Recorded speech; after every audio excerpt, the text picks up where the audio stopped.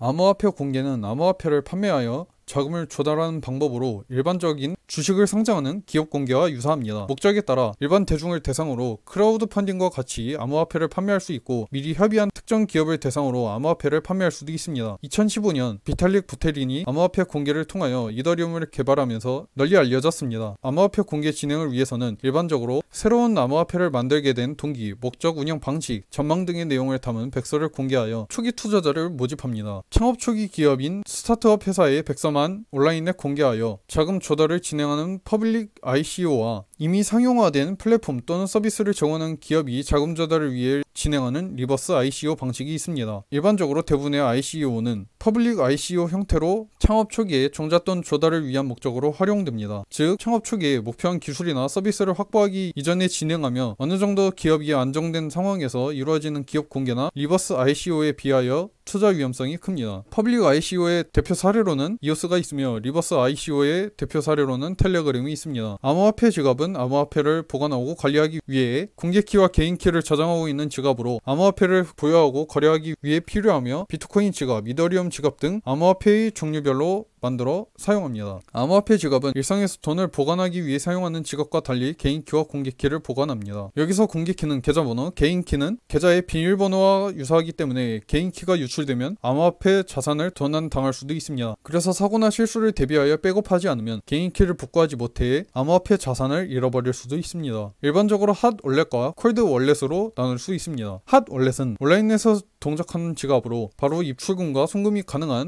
암호화폐 지갑입니다. 콜드 월렛은 오프라인으로 동작하는 지갑으로 하드웨어 지갑, USB 보관, 종이 지갑 등이 있습니다. 핫 월렛은 언제나 인터넷에 연결되어 사용이 편리하지만 해킹에 취약하고, 콜드 월렛은 인터넷에 연결되지 않아 해킹이 거의 불가능합니다. 쉽게 말해 핫 월렛은 전자통장, 콜드 월렛은 실물 통장이라고 생각하시면 편합니다. 농협을 예로 들어 설명하자면, 비대면 통장의 개설과 해지가 바로바로 진행되는 반면, 콜드 월렛은 통장 그 자체가 분실된다면 그 절차가 상당히 까다로운 것처럼 비대면 통장 실물 통장이라고 생각하시면 됩니다. 관련 사건 사고로는 2014년에 일본 온라인 암호화폐 거래소인 마운트 곡스와 2018년에 비트코인 교환 서비스인 코인체크에서 발생한 암호화폐 도난 사건 등 대부분이 핫 월렛 해킹이었습니다. 암호화폐 거래소는 사용자들이 비트코인 등 암호화폐를 다른 자산과 교환할 수 있는 거래소로 증권거래소와 비슷하게 운영되고, 우리나라에서는 가상통화 취급업소라는 용어를 사용합니다. 거래소는 중앙암호화폐 거래소와 탈중앙암호화폐 거래소로 구분합니다. 중앙암호화폐 거래소는 은행과 같이 중앙에서 모든 거래를 통제하는 암호화폐 거래소를 말하며 주로 중앙거래소라고도 합니다. 탈중앙암호화폐 거래소는 중앙의 통제 없이 네트워크 수수료만으로 자율적으로 운영되는 P2P 기반 암호화폐 거래소로 탈중앙 거래소라고도 합니다. 암호화폐 거래소를 통해 비트코인, 이더리움 등의 암호화폐를 달러, 유로, 파운드, 위안, 엔, 원화 등 실제 화폐로 교환할 수 있습니다. 암호화폐 거래소는 증권거래소와 달리 개장시간과 폐장시간 없이 365일 24시간 항상 인터넷으로 암호화폐를 거래할 수 있습니다. 또한 암호화폐 거래소는 증권거래소와 같은 국가별 중앙거래소가 있지 않고 각 거래소를 독립적으로 운영하여 각각의 암호화폐 거래소에 상장되어 있는 암호화폐 목록과 가격이 다릅니다. 2018년 4월 기준 전 세계 암호화폐 거래소는 10,000개를 돌파하였으나 국내외에서 암호화폐 거래소가 파산하거나 해킹당하는 상황이 지속적으로 발생하고 있어 주의가 필요합니다. 토큰에 대한 설명은 아래와 같으며, 토큰은 크게 접근 토큰, 보안 토큰, 세션 토큰 등으로 분류할 수 있습니다. 접근 토큰이 가장 많이 사용된 토큰 형식으로는 시스템이나 소프트웨어에서 어떤 특정한 기능이나 데이터에 접근하는 대상의 권한을 부여하는 데 사용되며, 통상 난수 형태의 문자열로 구성됩니다. 예를 들어 웹서비스 제공자는 사용자의 아이디, 패스워드 또는 신용카드 등의 정보를 사용해 만든 접근허가 토큰을 사용자에게 발행하고 접속 시 사용하게 하여 개인정보 노출을 방지하고 안전한 서비스를 제공할 수 있습니다. 보안 토큰은 하드웨어 저장 장치로 특정 전자기기에 제한된 자원, 리소스의 사용 권한을 제어합니다. 대표적인 예시로 USB 보안 토큰이 있습니다. 세션 토큰은 통신망에서 서버 클라이언트 간 논리적인 연결 후에 사용합니다. 예시로 인터넷 서버가 HTTP를 통해 클라이언트와 연결된 후 상호 간 데이터 교환을 위해 클라이언트에 부여하는 객체로 세션 식별자로 표현하기도 합니다. 일반적으로 블록체인 플랫폼은 거래 수수료, 채굴 인센티브 등을 위한 자체 지불 수단을 가지며 이를 코인이라고 부릅니다. 한편 블록체인 플랫폼상의 새로운 응용 서비스는 지속적으로 성장하고 안정적으로 유지될 수 있도록 이 응용 서비스만을 위한 별도의 지불 수단으로는 토큰을 사용하는데, 이때 사용되는 토큰은 기존 코인보다 적은 수수료와 많은 인센티브를 제공하여 네트워크 참여자들을 확보합니다. 다시 말해 토큰은 특정 응용 서비스 내에서 주로 인센티브 형태로 제공되는 지불 수단으로, 이후에 충분한 응용 서비스 사용자가 확보되면 이 응용 서비스는 기존 블록체인 플랫폼에서 분리하여 독립할 수 있습니다. 일반적으로 토큰은 코인으로 발전하며 테스트넷에서는 토큰을, 메인넷에서는 코인을 지불 수단으로 사용합니다. 대표적인 예시로 이더리움 플랫폼에서 분리된 이오스, 트론, 비체인 트로 등이 있습니다. 이 응용 서비스들은 분산 응용 기반의 스마트 계약 방식으로 구현되기도 하는데, 이 스마트 계약에서의 지불 수단이 토큰입니다. 이 토큰은 대체 가능한 특성이나 대체 불가능한 특성을 가지거나 이 두 가지 특성을 동시에 가지기도 합니다. 포크에 대한 설명은 아래와 같으며, 블록체인 플랫폼의 기능을 개선하고 보안 위협을 해결하기 위해 새로운 암호 기술, 합의 기법 등을 적용할 때 이전 블록체인과 구별하려고 분기되었다고 합니다. 포크는 기존 블록체인과의 호환성 유무에 따라 소프트 포크와 하드 포크로 구분됩니다. 소프트 포크는 새로운 블록 생성 규칙을 적용한 블록을 기존 블록체인에 연결하는 것으로, 이 생성 규칙은 네트워크 참여자 간의 합의로 결정되며 이전 블록체인과 호환됩니다. 따라서 네트워크 참여자들이 무조건 새로운 블록 규칙을 적용할 필요는 없습니다. 반면 하드포크는 기존 블록체인에 새로운 블록 생성 규칙을 적용한 블록을 연결하지 않고 새로운 블록체인을 시작하는 것을 말하며, 이전 버전과 호환성을 유지하지 않고 완전히 독립적으로 운영되기 때문에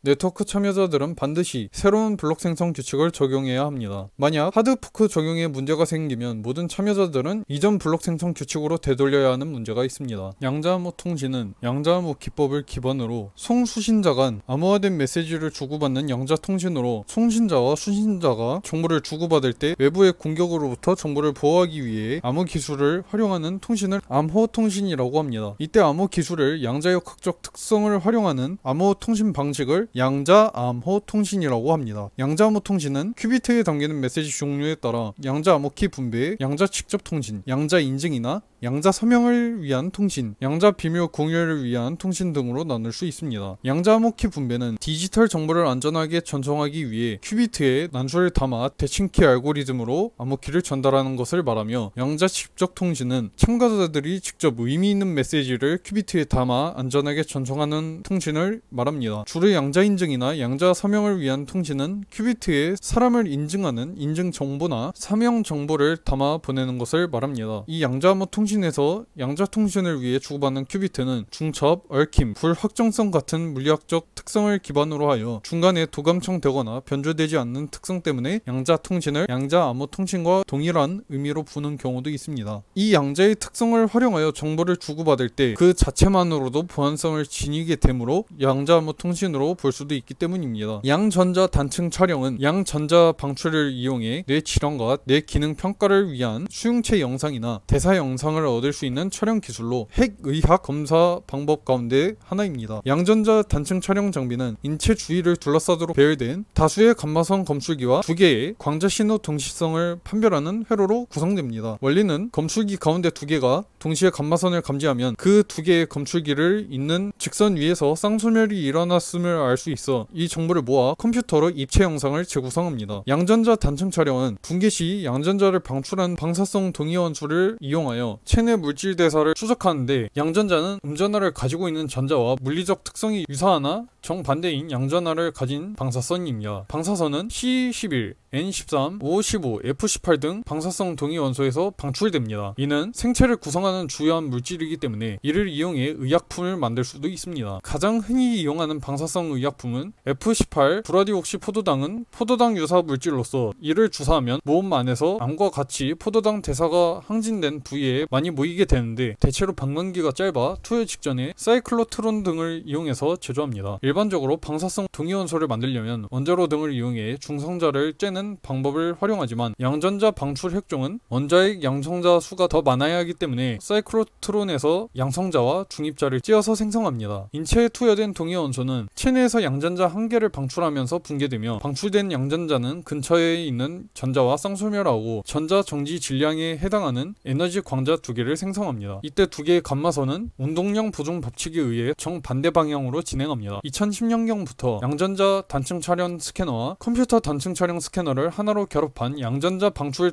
컴퓨터 단층 촬영 스캐너가 널리 보급되었습니다. 이 양전자 방출 컴퓨터 단층 촬영 스캐너는 해부학적 정보 제공과 함께 좀 더 정확한 영상 보정이 가능합니다. 언어 네 종류에 대한 설명입니다. 먼저 지리 언어에 대한 설명입니다. 지리 언어는 데이터베이스 또는 정보 시스템의 자료를 조작하고 검색하는 데 사용하는 프로그래밍 언어 체계로, 지리 언어는 주로 데이터베이스에서 데이터를 생성, 접근, 수정하거나 삭제할 때 사용합니다. 초기 지리 언어는 매우 복잡하였으나 최근 음성인식, 자연어 처리 등의 기술을 사용한 음성 기반의 자연어 지리 시스템을 개발하면서 보다 유연하고 사용하기 쉬운 방향으로 발전하였습니다. 일반적으로 지리 언어는 테이블에서 데이터를 불러와서 사용자가 원하는 형식으로 가공하여 보여주는 도구로 사용하며, 여러 테이블을 연결하여 조건에 맞는 새 테이블을 작성하는 데도 사용합니다. 관계형 데이터베이스에서는 지리 언어 중 구주 지리 언어를 가장 널리 사용하며 SQL과 같은 지리 언어를 데이터베이스 시스템 제조사가 만들어 사용하기도 합니다. 이 외에도 확정성 마크업 언어 지리 언어인 엑스쿼리, 자원 기술 프레임워크나 트리플 데이터 검색을 위한 스파클, 그래프 데이터 지리 언어인 스칼라, 사이퍼, 그래프QL, 지오스파클 등이 있습니다. ISO, IEC, JTC1에서 데이터 관리 및 교환과 관련한 표준 개발을 담당하는 SG32가 SQL 표준을 제정하였으며, SG32는 데이터들 간 관계 및 패턴을 저장하는 그래프 데이터베이스에 대한 지리를 효과적으로 하기 위한 지리 언어를 표준화하였습니다. R 언어는 오픈소스 프로그래밍 언어 가운데 하나로 양이 많은 데이터를 통계적 방법으로 분석할 때 쓰입니다. 이는 클라우드 컴퓨팅과 빅데이터 시대를 맞아 각광받는 추세로 페이스북, 트위터, 구글 등 인터넷을 주도하는 유명 기업이 고객 요구사항을 분석할 때 R을 사용했습니다. 세계 R 프로그래머도 100만 명을 넘어선 것으로 알려졌으나 한국에는 제대로 안착하지 못했습니다. 2010년 하반기에 산업계의 관심사로 등장했으나 지금까지 뚜렷한 변화가 없습니다. 이는 기존 통계 분석 도구를 대체할 만한 수요가 없어 눈에 띄는 적용 사례를 만들지 못한 까닭으로 NC소프트와 몇몇 금융기업이 시험 적용만 해봤을 뿐입니다. 무엇보다도 오픈소스 프로그래밍 탓에 기술 지원과 위주부수 체계의 한계가 드러난 것도 수요 확산에 적잖은 걸림돌이 된 이유가 큽니다. 다음으로 NoSQL입니다. NoSQL은 빅데이터 처리를 위해 비관계형 데이터베이스 관리 시스템으로, 전통적인 관계형 데이터베이스 관리 시스템과는 다르게 설계된 비관계형 DBMS이며 대규모의 데이터를 유연하게 처리할 수 있는 것이 장점입니다. NoSQL은 테이블 컬럼과 같은 스키마 없이 분산 환경에서 단순 검색 및 추가 작업을 위한 키값을 최적화하고 지원과 처리율이 우수하며 대규모 확대가 가능한 수평적인 확장성의 특징을 가지고 있습니다. NoSQL에 기반을 둔 시스템의 대표적인 예로는 아파치 카산드라, 하둡, 몽고DB 등이 있습니다. 마지막으로 SQL에 대한 설명입니다.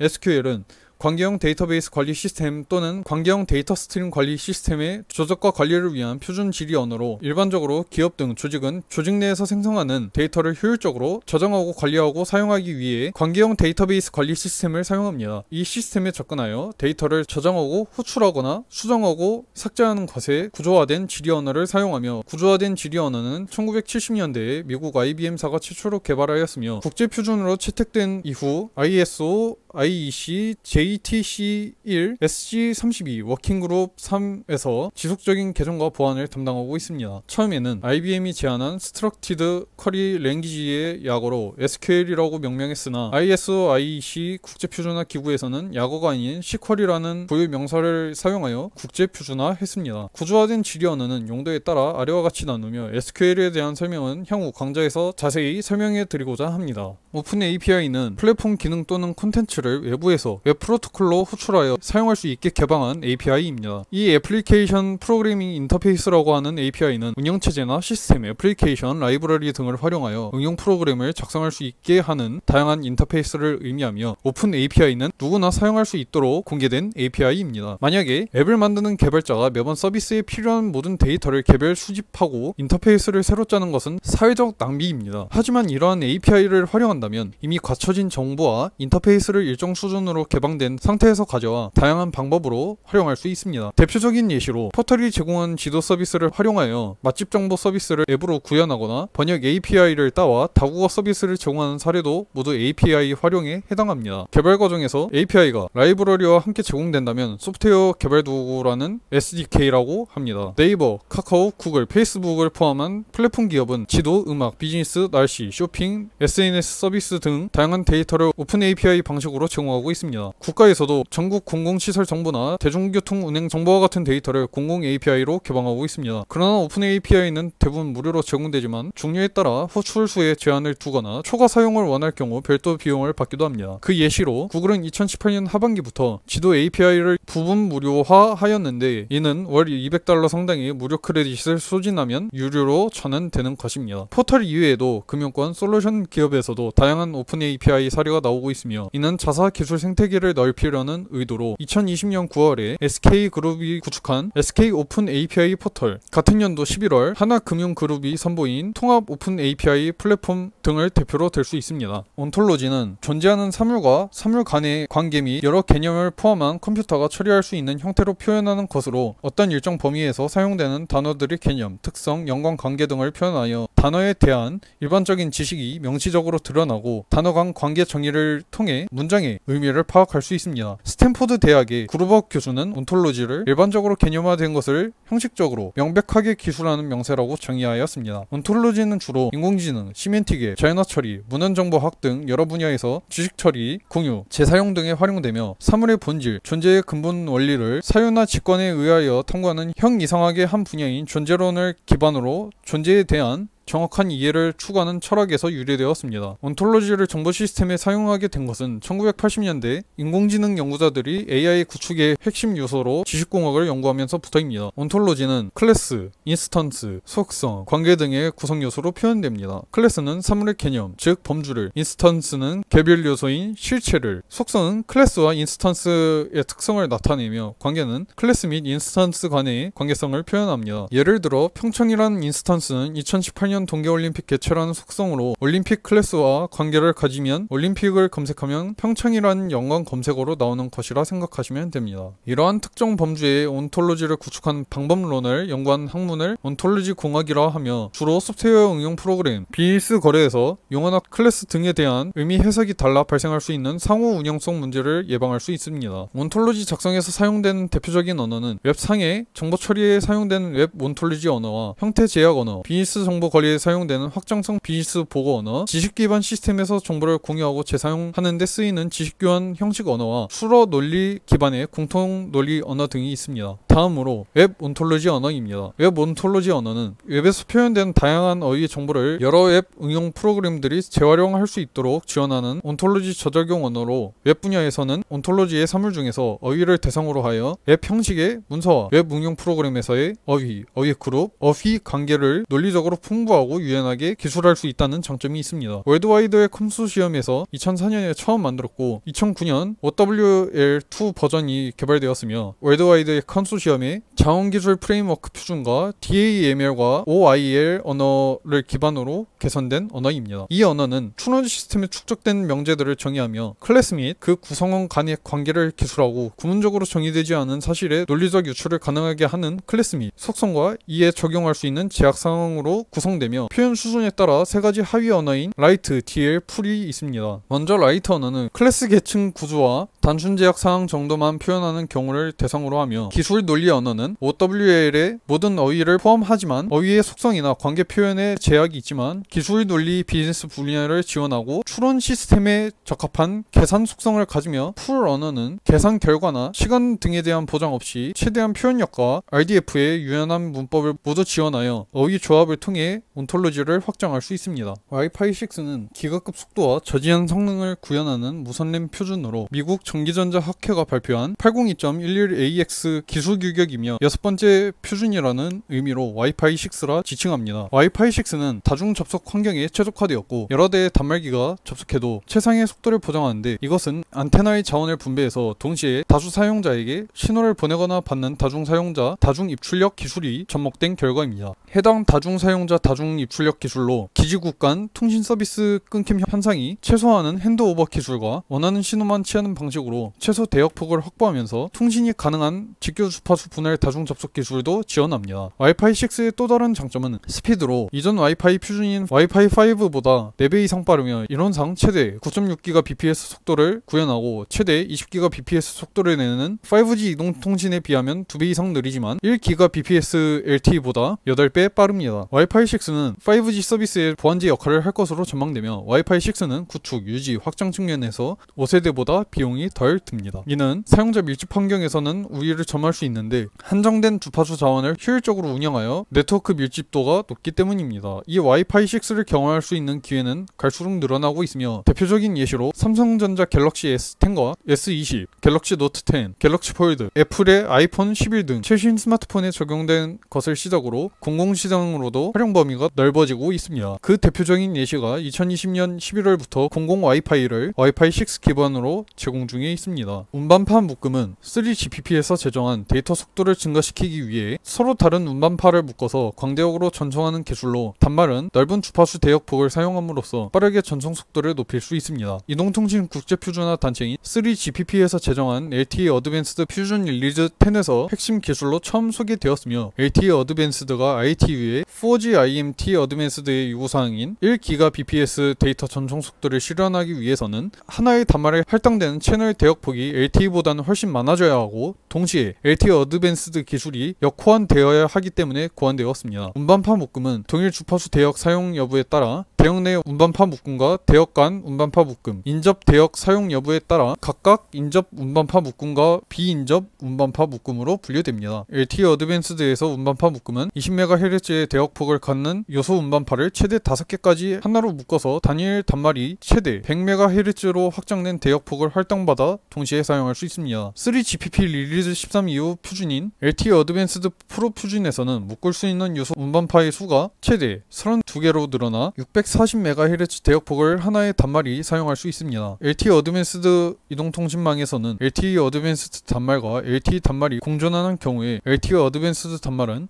2개 이상의 요소 운반파를 묶은 운반파 묶음 대역폭을 사용하여 전송 속도를 높이고 LTE 단말은 LTE 표준을 수용하는 각각의 요소 운반파를 사용하여 통신할 수 있습니다. LTE 기술을 비면허 대역에 적용하도록 하는 LTE, LAA 등의 기반 기술로 운반파 묶음 기술이 활용됩니다. 다음으로 운송 네트워크 사업자입니다. 운송 네트워크 사업자는 승차 공유 등 모빌리티 플랫폼을 운영하려는 회사로 모빌리티 사업을 하기 위해서는 운송 네트워크 사업자 라이센스 획득이 필수적입니다. 미국에서는 우버, 리프트 등 신규 기술 사업자를 제도권으로 끌어들이기 위하여 이 같은 제도를 마련하였으며 이는 기존의 면허 총량 안에서 요금, 차종, 외관에 규제 없는 모빌리티 서비스를 도입하기 위해서입니다. 운송 네트워크 사업자라는 용어는 2013년 미국 캘리포니아에서 처음 등장하였으며 온라인 플랫폼에서 비상업용 개인 자동차를 사용하여 운전자와 승객을 연결하는 기업으로 전개하였습니다. 담당 조직인 캘리포니아 공공유틸리티위원회가 이 제도를 승인하면서 정부와 규제 당국의 영향권 안에서 합법으로 모빌리티 비즈니스를 할 수 있는 발판을 마련하였습니다. 2017년 6월 기준 미국 48개 주와 워싱턴 콜롬비아 특별구에서 운송 네트워크 사업자 법안인 TNC 법안이 통과되어 미국 운송 네트워크 사업자는 영업 허용 조건을 엄격하게 두고 있으며 운전자 나이는 21세 이상, 신원 조회로는 최근 7년 동안 범죄 기록을 검증해야 하고 영업용 면허는 요구되지 않지만 유효한 주 면허와 필수 운전 교육을 완료하고 영업에 사용된 자동차 역시 정기 안전 검사 통과가 필요합니다. 2019년 대한민국 국토교통부가 발표한 택시 모빌리티 상생안에도 미국 운송 네트워크 사업자와 유사한 개념을 포함하였으며 일환인 규제 혁신형 플랫폼 택시가 여기에 해당합니다. 이로 인해 플랫폼 사업자가 비용을 부담하면 감차된 택시 면허 총량 가운데 일부를 배정받을 수 있게 되었습니다. 조건은 미국보다 까다로운 편으로 운전자는 반드시 택시 자격을 획득해야 하고 자격 획득까지는 통상 3주 정도 기간이 소요되며 범죄 사실 외에도 불법 촬영 이력이 있으면 자격을 제한하는 방안이 추진되고 있습니다. 저도 아래와 같이 운송 관련 자격증을 보유하고 있으며 현재 서비스직 관련으로 강의를 준비하고 있어 서비스 마인드에 대한 교육을 받고 싶으신 분들은 문의 부탁드립니다.